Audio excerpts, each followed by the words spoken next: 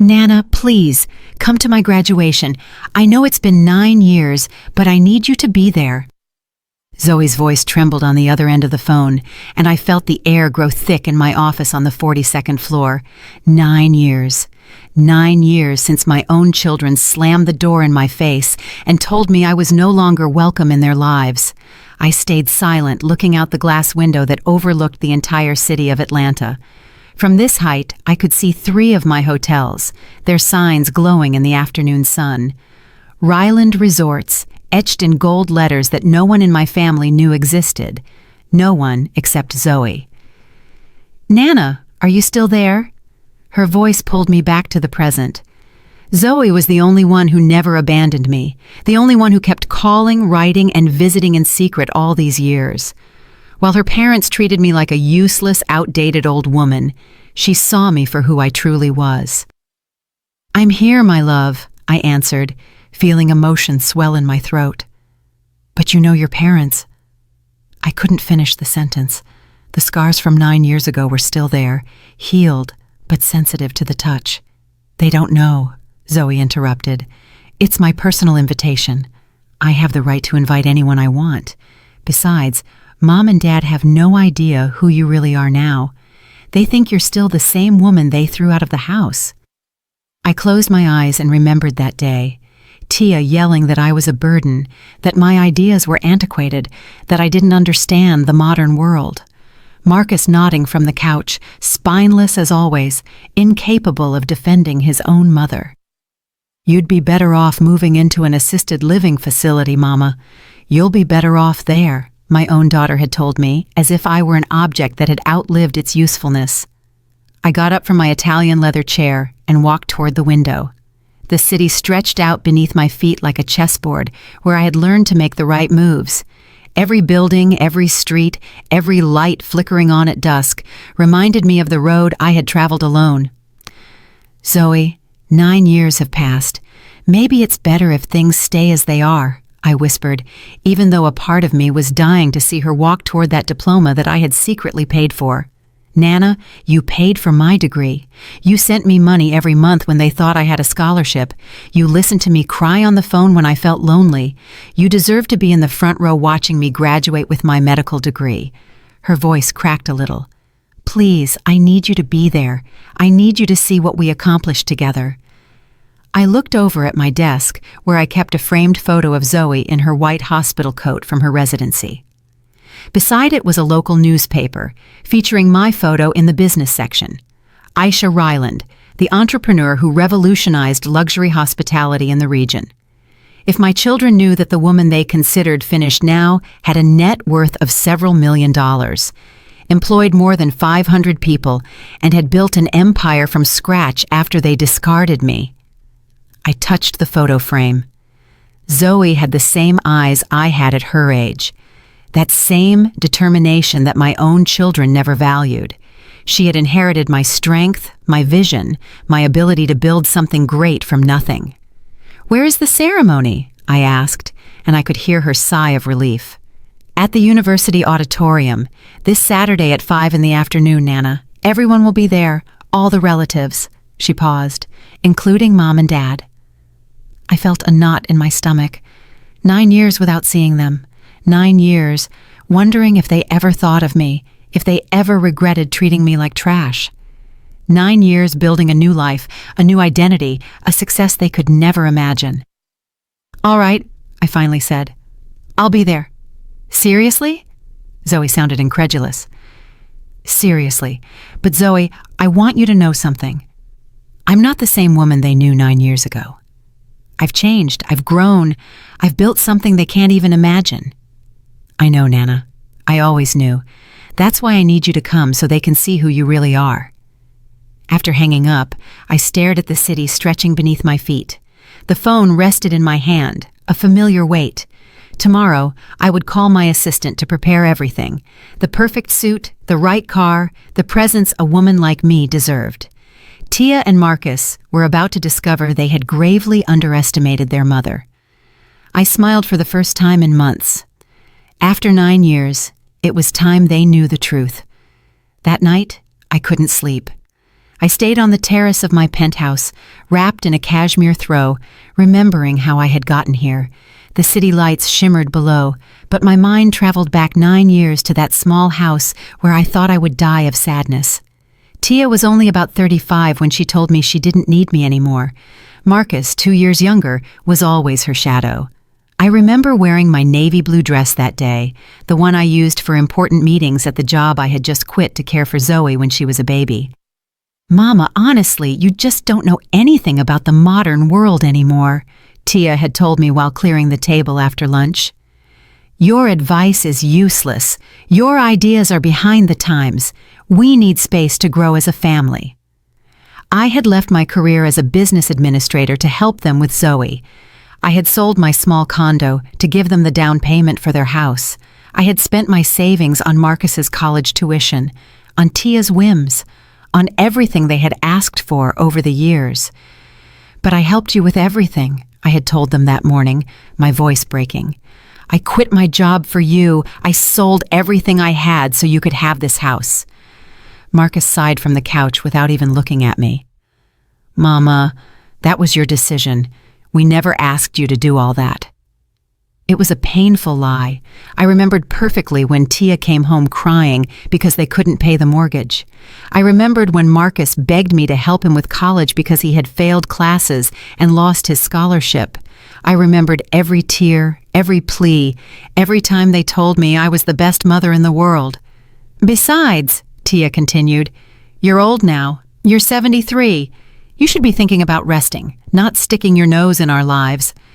73 years old, as if I were a helpless elderly woman, as if my mind had stopped working the day I turned 70, as if my years of experience, wisdom, and sacrifice were worth nothing.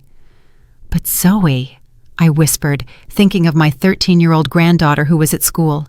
"She needs me. I watch her every afternoon." "We already got a babysitter," Marcus said without looking up from his phone. "Someone younger, more up to date, someone who understands technology and can help her with homework." More up to date. That word hurt more than any shout. I, who had managed the finances of a major corporation for 20 years. I, who had raised 2 children alone after their father abandoned us. I, who had learned to use computers, the internet, and smartphones just to stay connected with them. "Mama, don't take it the wrong way." Tia came closer and placed a hand on my shoulder, with that fake smile she used when she wanted something. "We just need our space. You need your space too. You could travel, meet people your age, do things you actually enjoy." Do things I actually enjoyed. What I truly enjoyed was watching them grow, caring for Zoe, feeling useful, having a family that loved me. But apparently, that was no longer enough. "So, what do you want me to do?" I asked, though I already knew the answer. "Well," Marcus finally sat up, "we've been looking at some assisted living facilities. There are some really nice ones with activities, people your age. You could be happy there." Assisted living facilities. They wanted to get rid of me, send me somewhere where I wouldn't bother them, where they could pretend they were still the perfect children everyone believed them to be. "And what if I don't want to go to an assisted living facility?" I asked, feeling the rage begin to replace the sadness. "Mama, don't be difficult." Tia sighed. "Look, we can help you with the expenses for the first few months, but after that, you'll have to manage on your Social Security check." My Social Security check, $600 a month that wasn't even enough to rent a decent room. They knew it. They knew I had spent everything on them, that I had no savings, that my only security was them.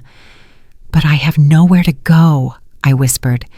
And for the first time in my life, I felt truly old, truly useless, truly finished.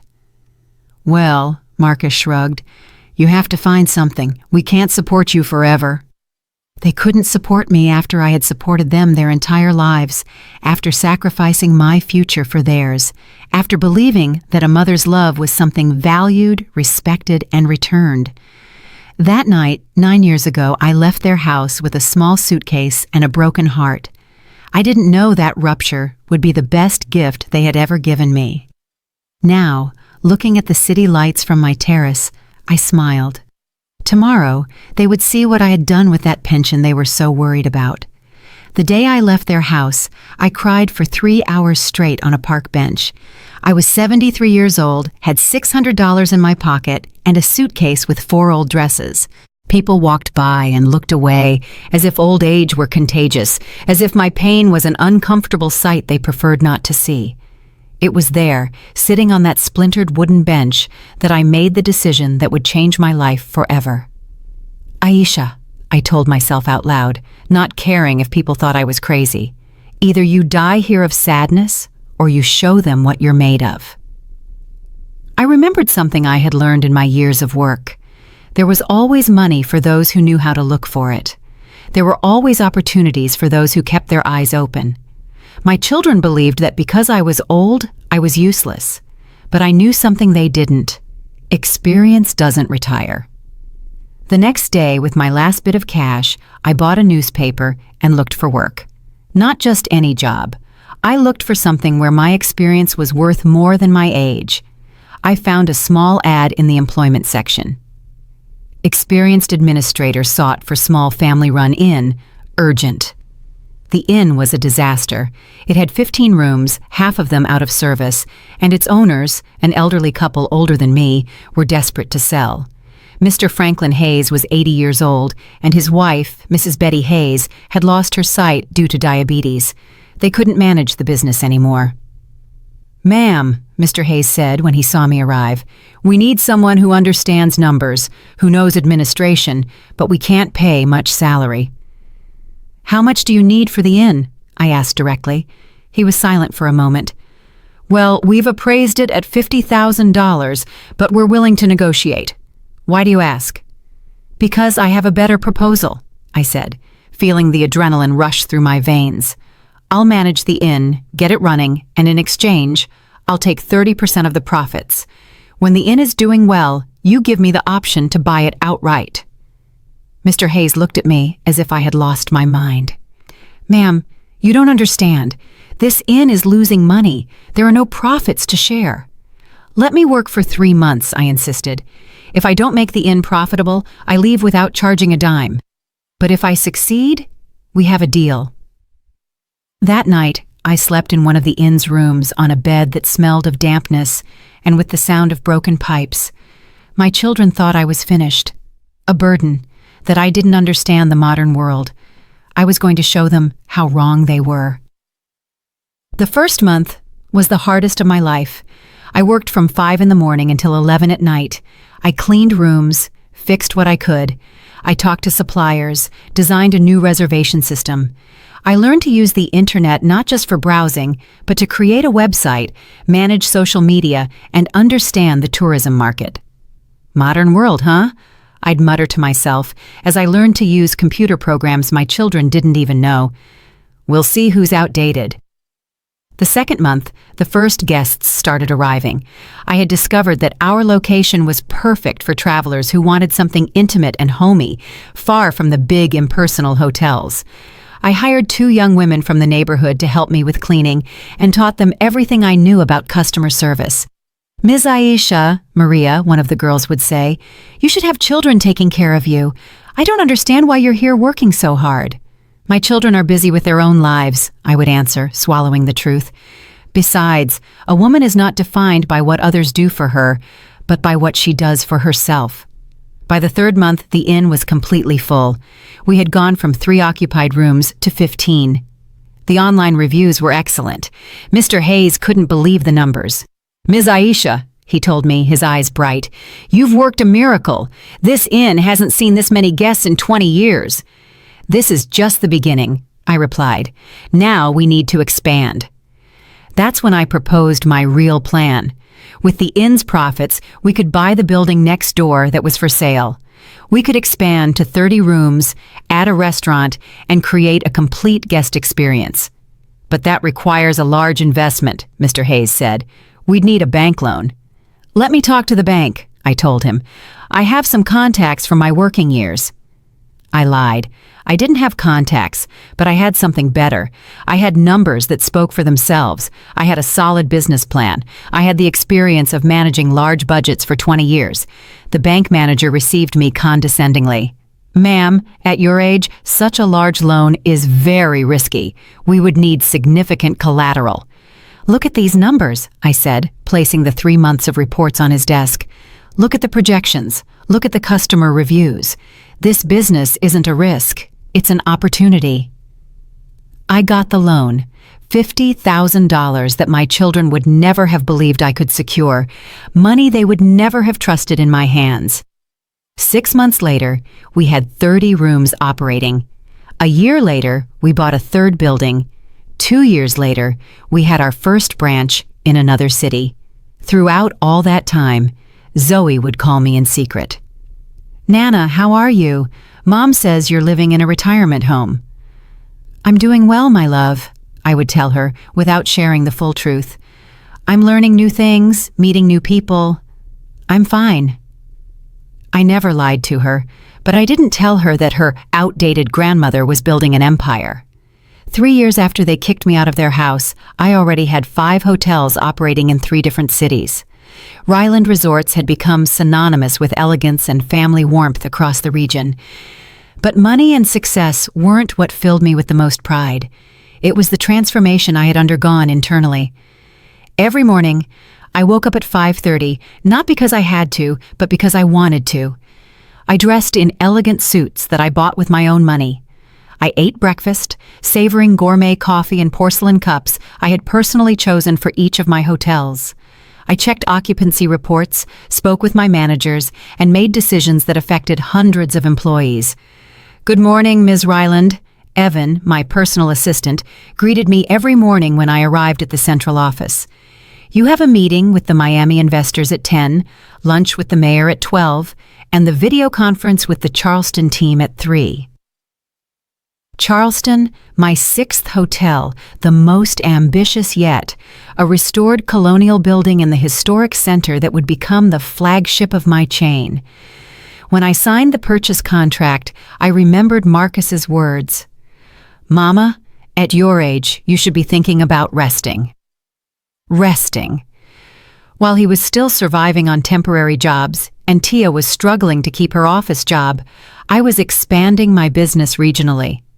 While they argued over money to pay the bills, I had donated $50,000 to a local orphanage the month before.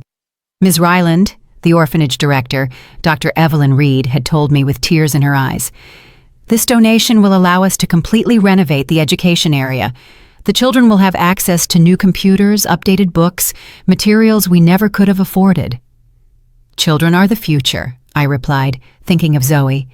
"Investing in them is always the best decision." But there was more than money in my transformation. It was confidence, the feeling that every day I was building something bigger than myself. It was the satisfaction of seeing my employees grow professionally, seeing the families who worked with me improve their lives thanks to the well-paid jobs I offered. Ms. Aisha, Maria, the girl I hired at my first inn and who was now a regional manager, had told me, "You changed my life. Thanks to this job, I was able to study hotel management at night. Now I have my own apartment. I can help my family. I have a future."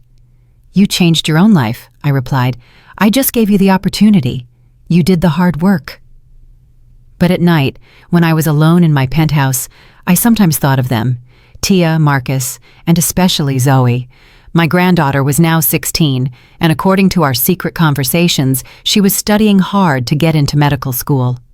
"Nana, I dream of being a doctor," she had told me on our last call, "but Mom says it's too expensive, that maybe I should study something more practical." "What does your heart say, my love?" I asked. "My heart says medicine. I want to help people. I want to do something important with my life."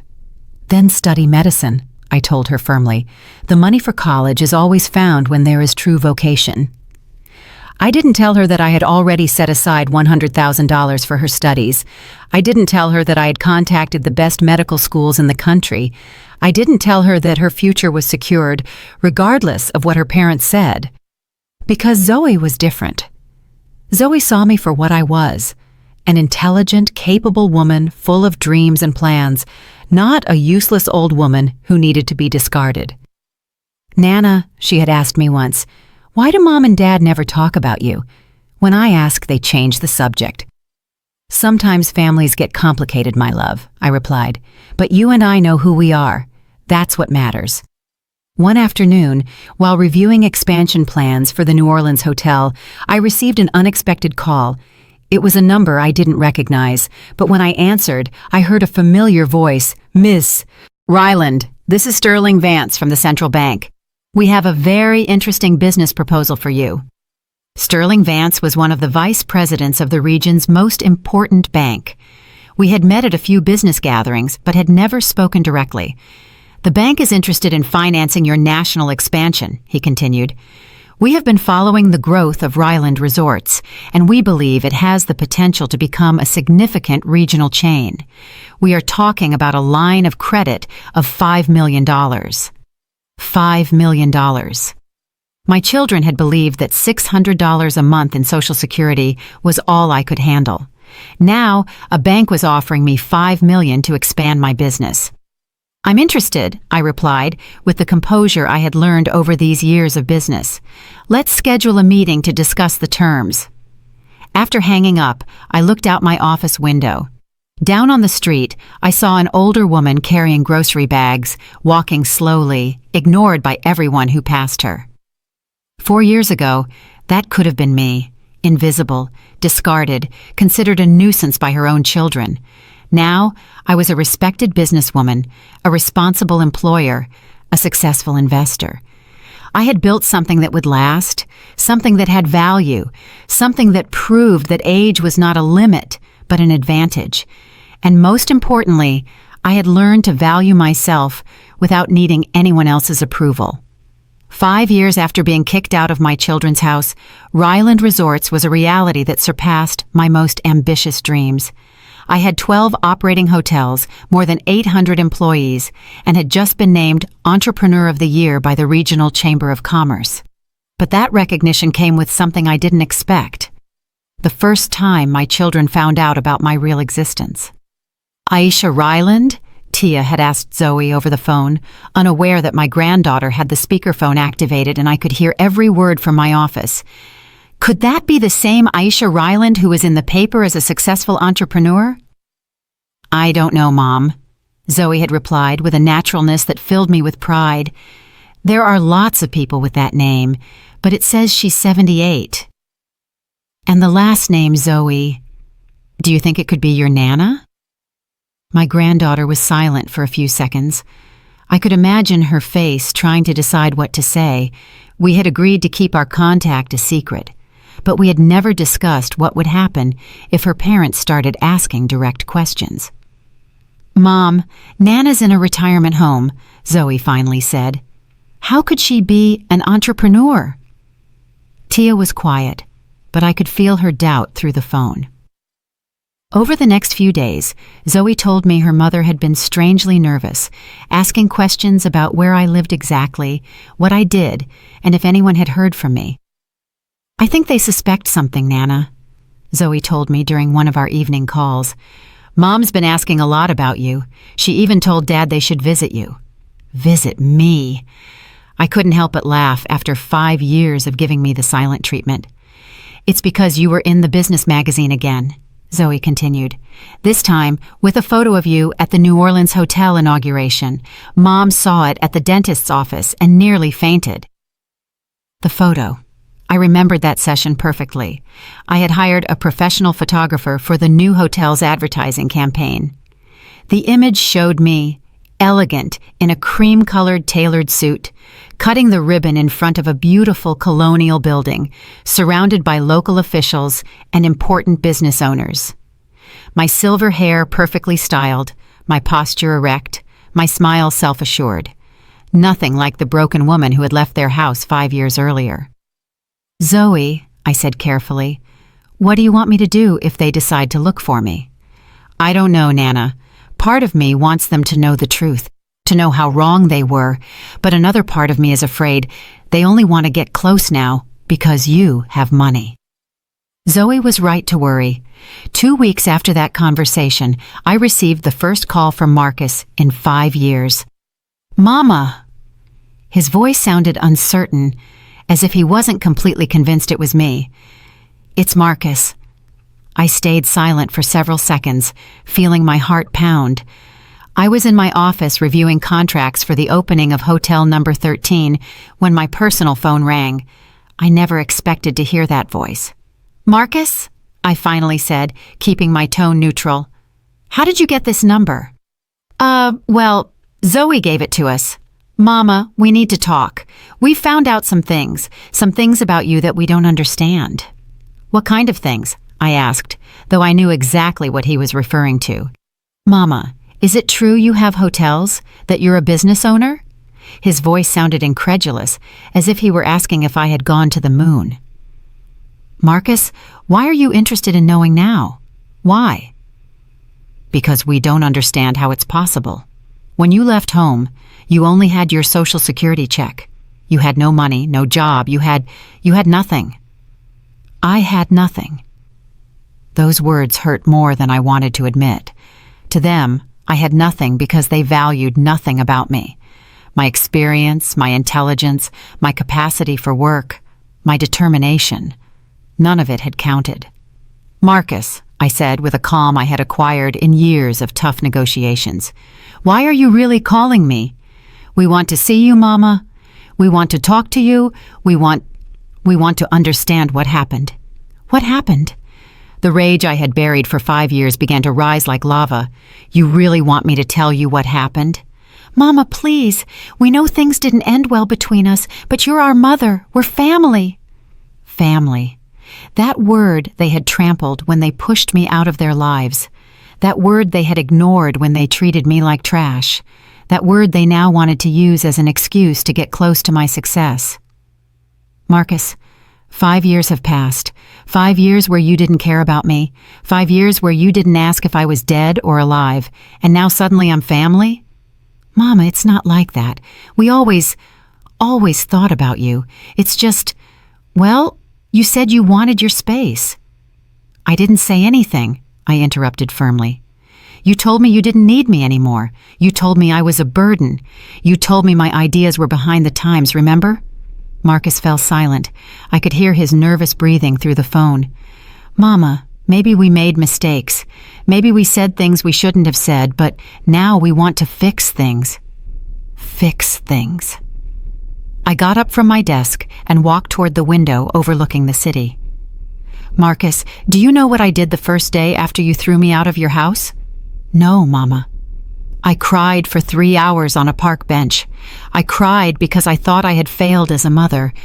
I cried because I thought I really was what you said, an old, useless, outdated woman.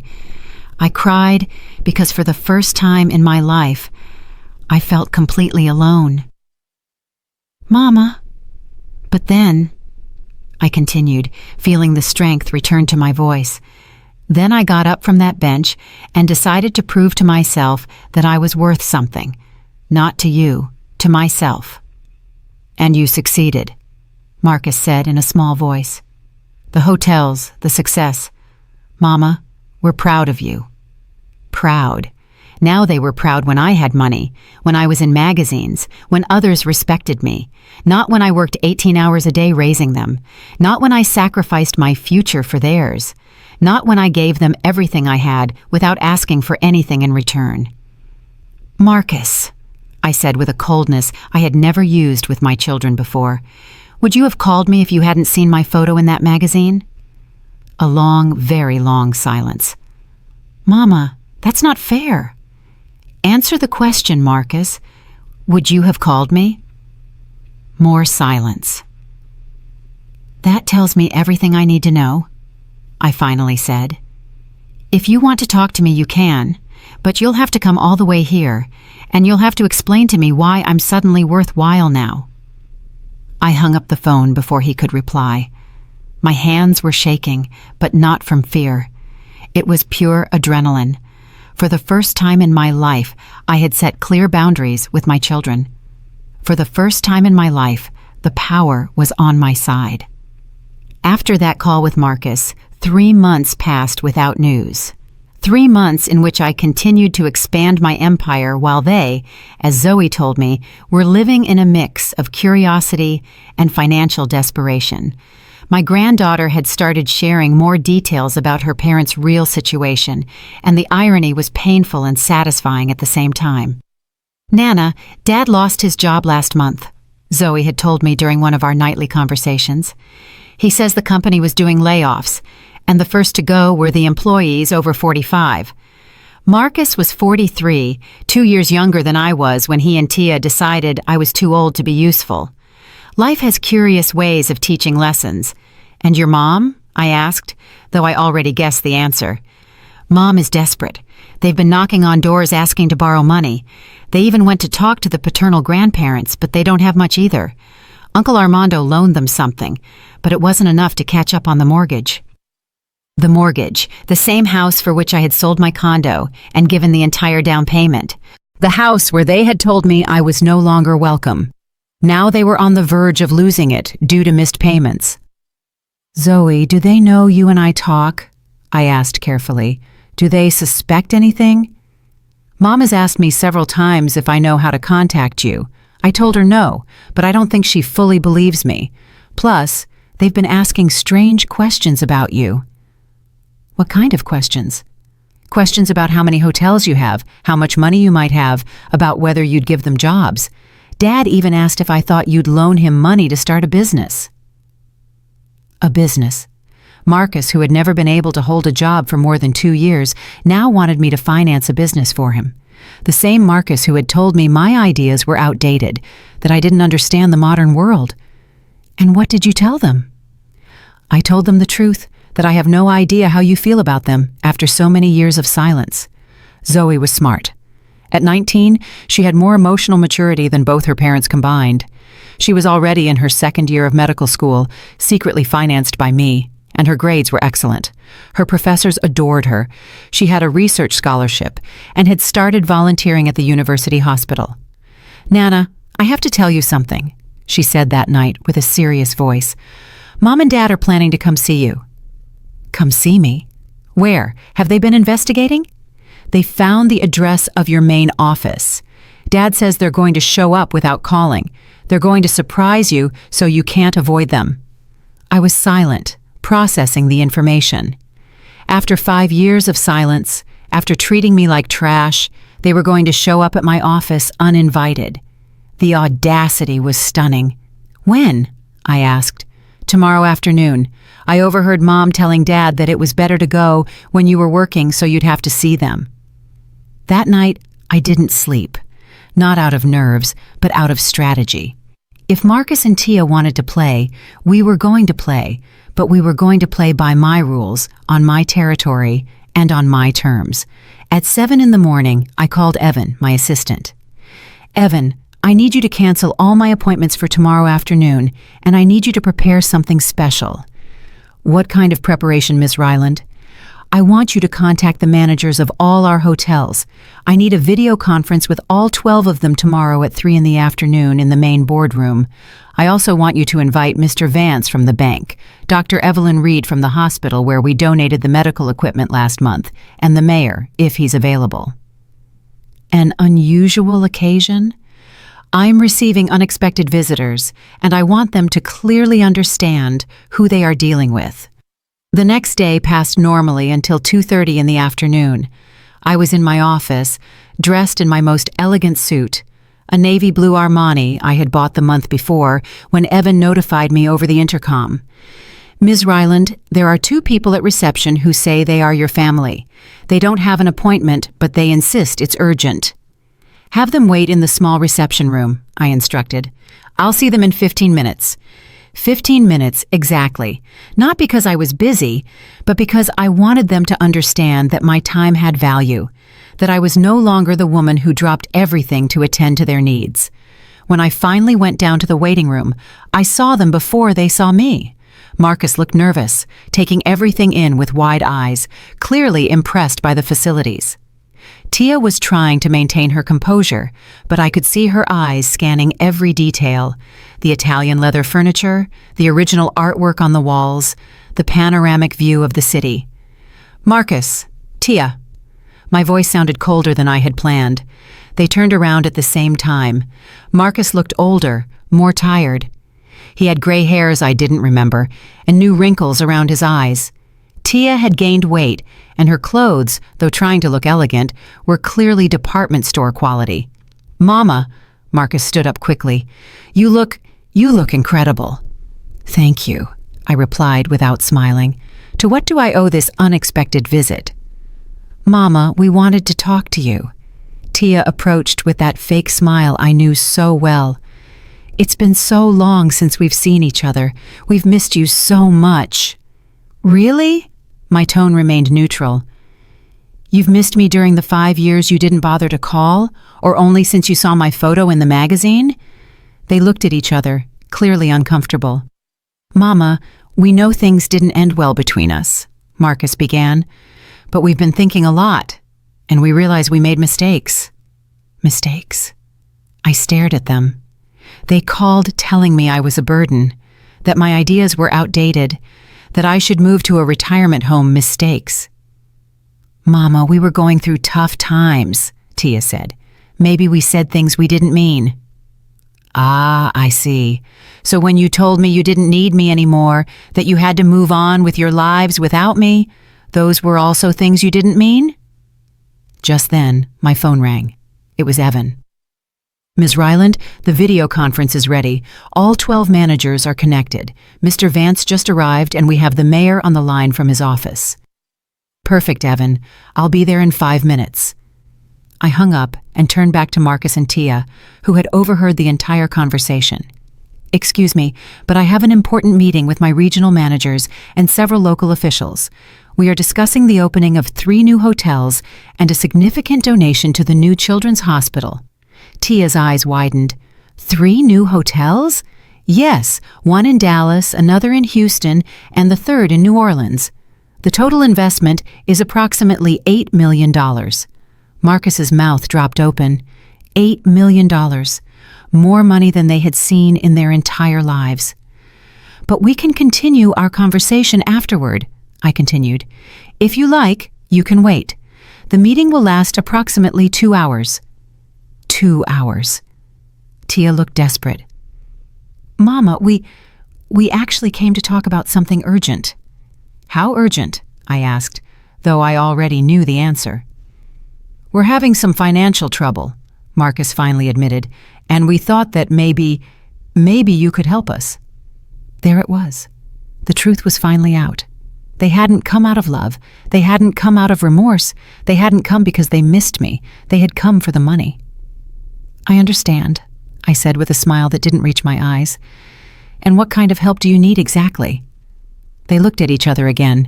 Tia took the lead. "The truth is, we might lose the house. Marcus lost his job, and we're behind on the payments. We just need about $30,000 to get current, and maybe a little more, so Marcus can start a small business." $30,000. For me, that was less than what I spent decorating a presidential suite. For them, it was the difference between having a home and living on the street. "Let me see if I understand," I said slowly. "You, who told me 5 years ago that you didn't need me anymore, who kicked me out of your lives because I was a burden, are now coming to ask me for money because you're in trouble." "Mama, we're family," Tia said in a pleading voice. "Families help each other." "You're right," I replied. "Families help each other. But where was my family when I needed help? Where was my family when I was left without a home, without money, without anything?" "But you made it," Marcus protested. "Look at you now. You have all of this." "Exactly. I have all of this because I built it alone, without your help, without your support, in spite of you." At that moment, Evan appeared at the door. "Ms. Ryland, I apologize for the interruption, but they are waiting for you in the boardroom." "Thank you, Evan." I turned back to Marcus and Tia. "As I said, I have an important meeting. If you want to talk, you'll have to wait, or you can come back when you have a scheduled appointment." "Mama, please." Tia stepped closer. It's only $30,000. To you, that's nothing.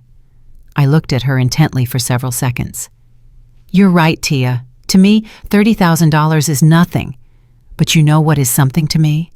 Respect, dignity, the acknowledgement that I am more than a bank you can run to when you're desperate. We respect you, Mama, Marcus said. We always have. Really? I laughed, but there was no humor in it. You respected me when you called me outdated? You respected me when you sent me to look for a retirement home?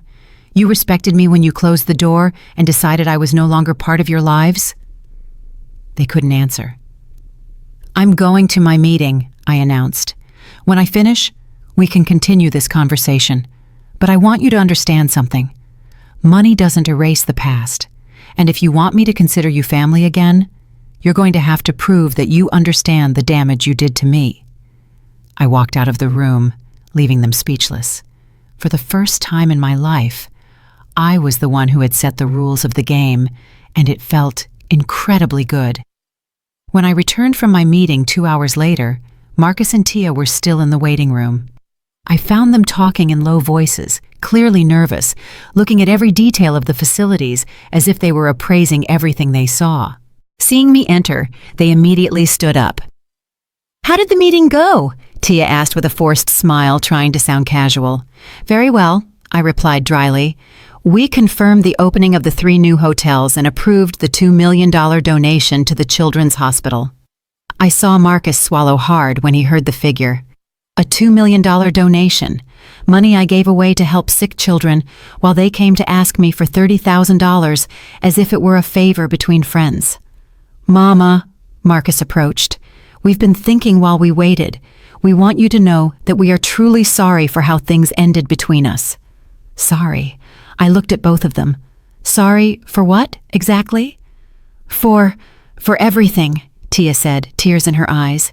For telling you to leave, for not valuing everything you did for us, for treating you badly. Treating me badly. My voice rose a little. Tia, you didn't treat me badly. You destroyed me. You made me feel like I was trash, like 50 years of being your mother was worth nothing. We exaggerated, Marcus admitted. We were stressed. We had financial pressures, and maybe we took out our frustrations on you. Took out your frustrations. I sat down in one of the armchairs, forcing them to remain standing. Marcus, do you remember what you told me the last day I was in your house? Marcus looked away. Mama, that was a long time ago. I'll refresh your memory, I interrupted. You told me I was a burden, that my advice was useless, that you needed space to grow as a family, and that the best thing was for me to go to a retirement home because I'd be better off there. Mama. And you, Tia? I turned toward my daughter. You told me my ideas were behind the times, that I didn't understand the modern world, that I should move away because I no longer fit into your lives. Tia looked uncomfortable, wringing her hands. Maybe we used very harsh words. Maybe. I got up from the armchair. Tia, you threw me out, as if I were an employee you no longer needed, as if the 50 years I dedicated to raising you, sacrificing myself for you, giving you everything I had, meant nothing. But now we understand that we were wrong, Marcus insisted. That's why we're here. We want to repair our relationship. Repair our relationship? I looked at them intently. Or repair your financial situation? An uncomfortable silence followed. I could see them looking at each other, trying to decide what to say. Mama, it's true that we're going through tough times, Tia finally admitted, but that doesn't mean we only came for money. No? I took out my phone and dialed a number. Evan, can you come here for a moment? My assistant appeared in less than a minute. Evan, do you remember the first time my children tried to contact me 3 months ago? Yes, Ms. Ryland. It was after the article about you came out in the business magazine. Exactly. I turned to Marcus and Tia. 5 years without a single call. 5 years without asking if I was alive or dead. But a week after my photo appeared in a magazine as a successful entrepreneur, suddenly you remembered you had a mother. That's not fair, Tia protested. We always thought about you. Really? I pulled out my phone again and dialed another number. Zoe, my love, can you come to my office? There's something I want you to hear. Zoe? Marcus looked confused. Zoe is here? Zoe works with me on the weekends, I explained. It's part of her practical training for medicine. She's also my personal assistant for some special projects. A few minutes later, Zoe entered the room. Seeing her parents, she froze at the door. Hi, Dad. Hi, Mom, she said in a tense voice. Zoe, what are you doing here? Tia asked in surprise. I work here, Zoe replied firmly. Nana has been helping me with my medical studies, and I help her with some projects. Helping you? How? Marcus looked confused.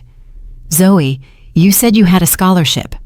I lied, Zoe admitted. Nana asked me to keep our relationship a secret because you had hurt her badly, but we've been in contact this whole time. This whole time? Marcus looked betrayed. 5 years talking to your Nana behind our backs? Yes, Dad. 5 years where the only person who truly cared about my future was Nana. 5 years where you kept saying medical school was too expensive while she had set aside all the necessary money. Tia sank into a chair, clearly overwhelmed. I can't believe it.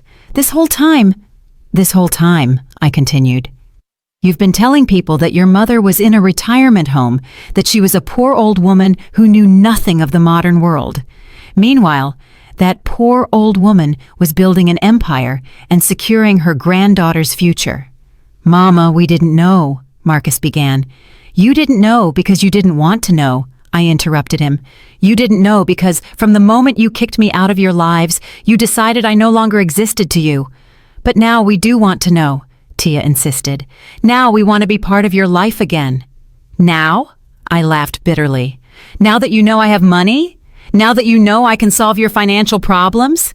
It's not just about the money, Marcus protested. I looked at them defiantly.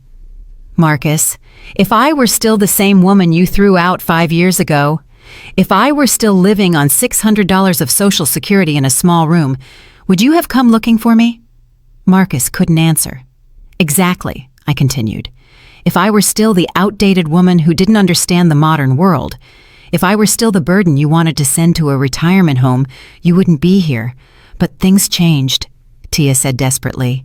You changed. We changed. Everything changed. You're right, I admitted. I changed. I changed because I had to. I changed because you forced me to. I changed because I discovered I could live without your love, but I couldn't live without my dignity. Zoe stepped closer and took my hand. Nana, maybe you should tell them everything. Tell them what, my love? About the graduation. About my invitation.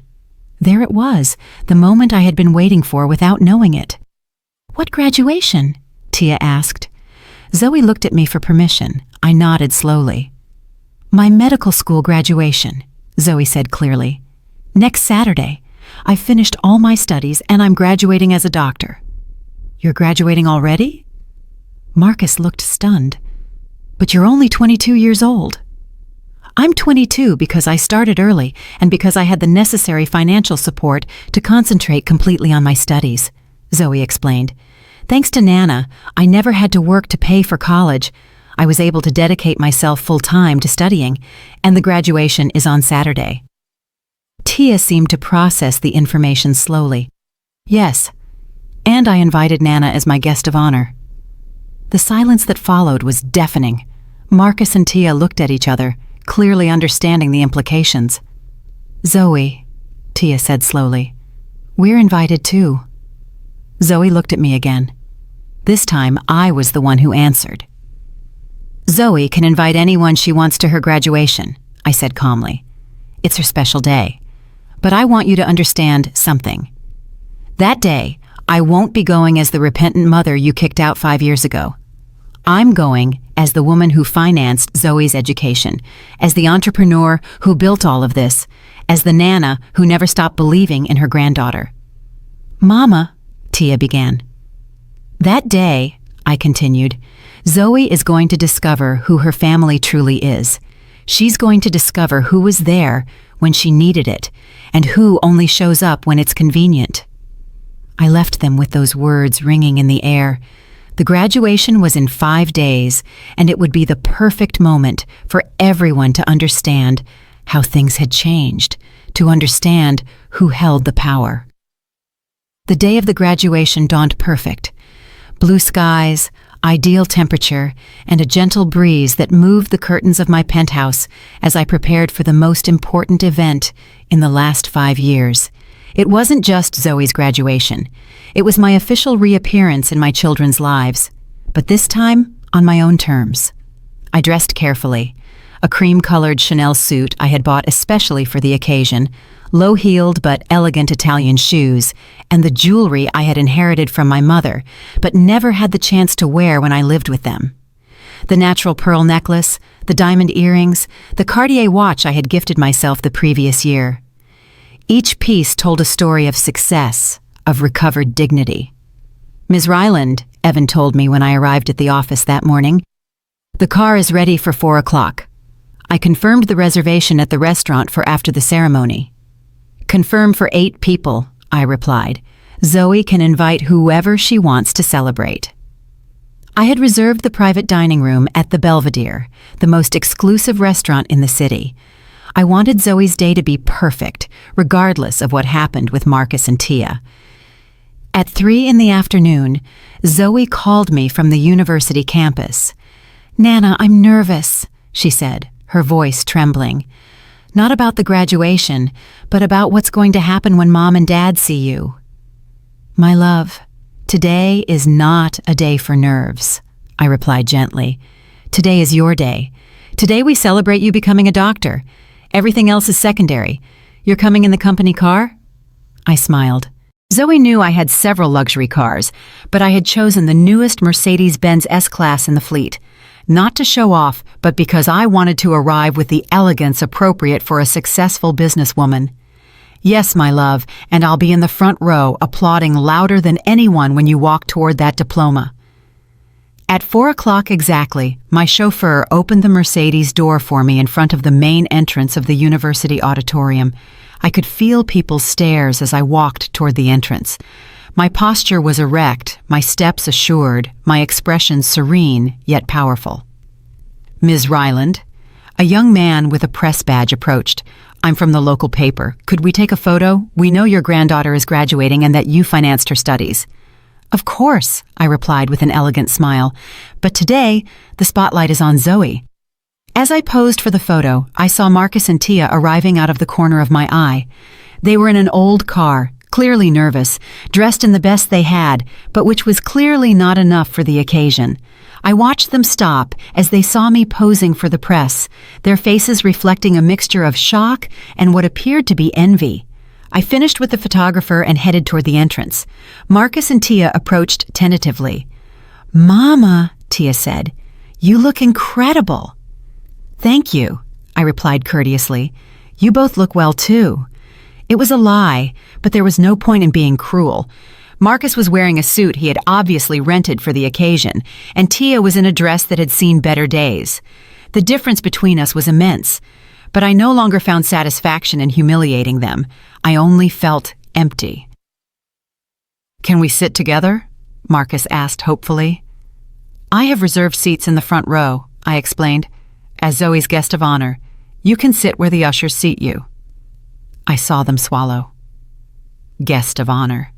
That meant Zoe had given me the place traditionally reserved for parents. We entered the auditorium, and I immediately noticed the difference. I was escorted by an usher to the front row, where there was a chair with a small golden plaque that read, "Miss Aisha Ryland, Guest of Honor." Next to me were seats reserved for university officials and major university benefactors. Marcus and Tia were directed to the 5th row in regular seating, like any other family. "Ms. Ryland," an older man in academic robes approached. "I am the Dean of the School of Medicine. It's an honor to have you here. Zoe has told us so much about you." "The honor is mine, Doctor. Zoe is an exceptional young woman." "She is, and we want to personally thank you for your generous donation to the new research lab. Thanks to your contribution, many students like Zoe will have better opportunities." Donation to the lab. From my seat, I could see Marcus and Tia exchanging confused glances. They knew nothing about that donation. They knew nothing about my real relationship with the university. The ceremony began, and when Zoe's name was called, I stood up and applauded with all my heart. My granddaughter walked toward the stage with elegance, confidence, and a radiant smile. When she received her diploma, she looked directly at me and winked. "Zoe Ryland Moran," the dean announced, "who graduates summa cum laude and has been awarded the Aisha Ryland Academic Excellence Scholarship to continue her specialization studies." The Aisha Ryland Scholarship. I had established that scholarship the year before for outstanding medical students. Zoe had not only earned the right to proudly bear my last name, but she had proven she deserved to carry my legacy into the future. After the ceremony, as people dispersed, Zoe ran toward me. "Nana, we did it!"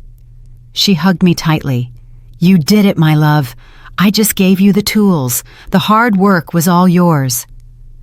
Marcus and Tia approached slowly. I could see on their faces that they had fully understood the situation. I had not only financed Zoe's studies, but had established scholarships, donated equipment, and become a major university benefactor. "Congratulations, Zoe," Tia said in a choked voice. "We are so proud of you." "Thank you, Mom," Zoe replied, but her hug was brief and formal. "Zoe," I said, "I have reserved the private dining room at the Belvedere to celebrate. You can invite whomever you want." "The Belvedere?" Marcus looked stunned. "But that's the most expensive restaurant in the city." "Today there are no budgets," I simply replied. "It's my granddaughter's graduation day." Zoe looked at me lovingly. "I want Mom and Dad to come too. Despite everything, they are my parents." I felt a pang in my heart. Zoe was more generous than I had been capable of being, wiser too. "Of course, my love, it's your decision." At the restaurant, the difference became even more evident. The maitre d' knew me personally.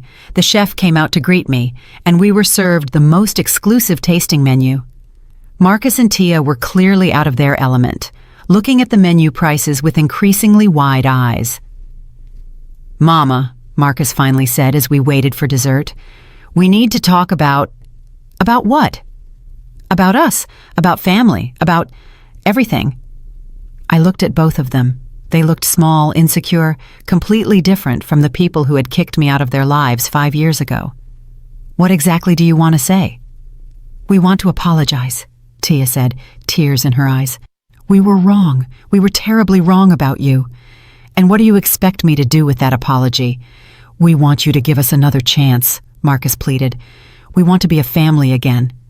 I looked at Zoe, who was watching the scene intently. Then I looked at my 2 children, so different now, so vulnerable.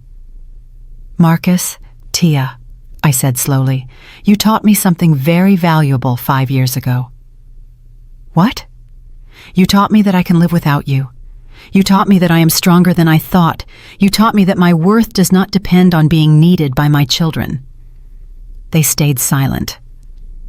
"But Zoe taught me something different," I continued, looking at my granddaughter with affection. "She taught me that I can still love without losing my dignity, that I can still give without being used." "Mama," Tia began. "The difference," I continued, "is that Zoe chose me when you discarded me. Zoe valued me when you belittled me. Zoe saw my potential when you only saw my age." Marcus lowered his head. "We understand that you're resentful." "I'm not resentful," I replied with honesty. "Resentment is a poison that only hurts me. I decided a long time ago to let go of the anger." "Then, is there hope for us?" Tia asked. I looked at them for several seconds. "There is a difference between forgiving and forgetting. I can forgive you, but I can't pretend the last 5 years didn't happen. I can't pretend you didn't hurt me deeply." "What do you need from us?" Marcus asked. "Time," I replied. "Time to see if you have truly changed, or if you are only here because it's convenient now. Time to see if you can love the successful woman I am now, or if you only want to use the rich entrepreneur you discovered. Zoe took my hand under the table. Nana, I think they deserve a chance. You think so, my love? I think everyone deserves a second chance, but I also think second chances are earned, not given away. I looked at Marcus and Tia. Are you willing to earn that second chance? They both nodded vigorously. Then we'll start slowly, I finally said. Very slowly, and by my rules. For the first time in 5 years, I saw something like hope in their eyes. But for the first time in 5 years, I was the one who had all the control. 6 months after the graduation, things had changed in ways I never imagined. Marcus had found work at one of my hotels, not through favoritism, but because he proved he could learn and work hard. Tia had started therapy to understand why she had treated her own mother so badly. And slowly, very slowly, we were rebuilding something that resembled a family relationship. But the rules remained mine. "Good morning, Mama," Tia said when she arrived at my office that Thursday morning. She no longer called without warning. She no longer assumed she had a right to my time or attention. "Good morning, Tia. How was therapy yesterday?" "Good. We talked about guilt, about how fear made me hurt you." She sat across from my desk, no longer with her former arrogance, but with genuine respect. "Can I ask you something?" "Of course." "Do you think you'll ever be able to completely forgive me?" I looked at her for several seconds. It was a question I had asked myself many times in recent months. "Tia, forgiveness is not something that happens overnight. It's a process, and that process includes seeing real changes, not just words." "I understand," she said in a small voice. "And what changes have you seen?" "I've seen Marcus get up every day at 6 in the morning to go to work. I've seen him respect his colleagues, learn from his mistakes, and not use our family relationship to get special favors." Marcus had started as a concierge at the Dallas Hotel and had been promoted based on his own merit. He was now an assistant manager, and his superiors didn't know he was my son until he told them himself after 3 months on the job. "Excellent. I've seen you go to therapy every week," I continued. "I've seen you apologize to Zoe for putting her in the middle of our problems. I've seen you trying to understand why you hurt me so badly." "And is that enough?" she asked hopefully. "It's a start," I replied honestly. "But Tia, I need you to understand something. I am no longer the same woman you knew. I won't go back to being the mother who sacrifices in silence, who gives everything without receiving anything in return, who allows herself to be mistreated because she is afraid of being alone." "We don't want you to go back to being that woman," she said quickly. "We want to get to know the woman you are now." Just then, Zoe entered the office. She was officially my executive assistant while completing her specialization in pediatrics. Working with me allowed her to gain experience in hospital administration, something that would be useful in her future as a doctor. "Nana, the confirmation from New Orleans just came in. Hotel number 15 officially opens next month. 15 hotels. In just 6 years, I had built a chain that competed with the best in the country. But more important than the numbers was what I had learned about myself in the process." "Excellent news," I told Zoe. Then I turned to Tia. "Would you like to come to the inauguration?" Her eyes lit up. "Seriously?" "Seriously. But not as the daughter who owes me favors, but as part of the family we are slowly rebuilding." "I would love to," she said with a genuine smile. That afternoon, after Tia left, I stayed alone in my office, watching the sunset from the window. Zoe came over and sat in the chair across from my desk. "How do you feel about all of this, Nana?" "Confused sometimes," I admitted. "Part of me wants to go back to being the family we were before. Another part of me remembers the pain and resists."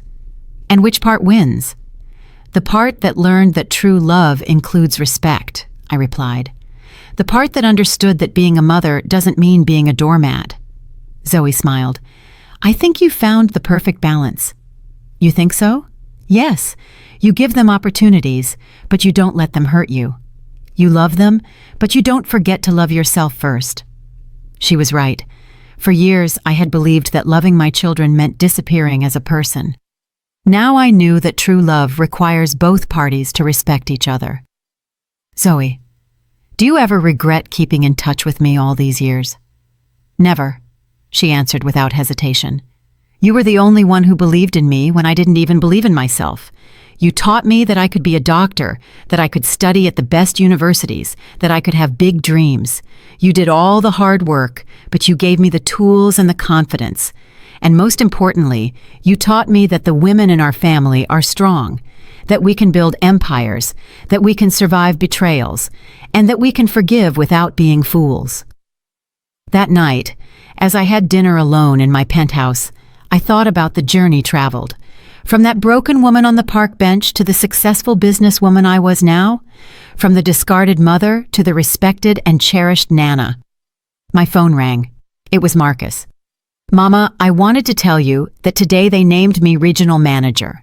They're giving me responsibility for supervising 3 hotels. Congratulations, Marcus. You earned it. Mama, I know things haven't been easy between us, but I want you to know that every day I spend working in your hotels, I understand better what an extraordinary woman you are. Thank you, son. And I want you to know that I no longer work there because you're my mother. I work there because I believe in what you've built, because I respect your vision, and because I want to be part of something as big as what you've created. After hanging up, I poured myself a glass of wine and went out to the terrace. The city shimmered beneath my feet, full of possibilities, full of life. I had learned that revenge had never been the goal. Freedom, yes. The freedom to be valued, respected, and loved for who I truly was. The freedom to build something of my own, something no one could take away from me. I had learned that I didn't need permission to live my life fully. I didn't need my children's approval to feel valuable. I didn't need to be useful to be loved.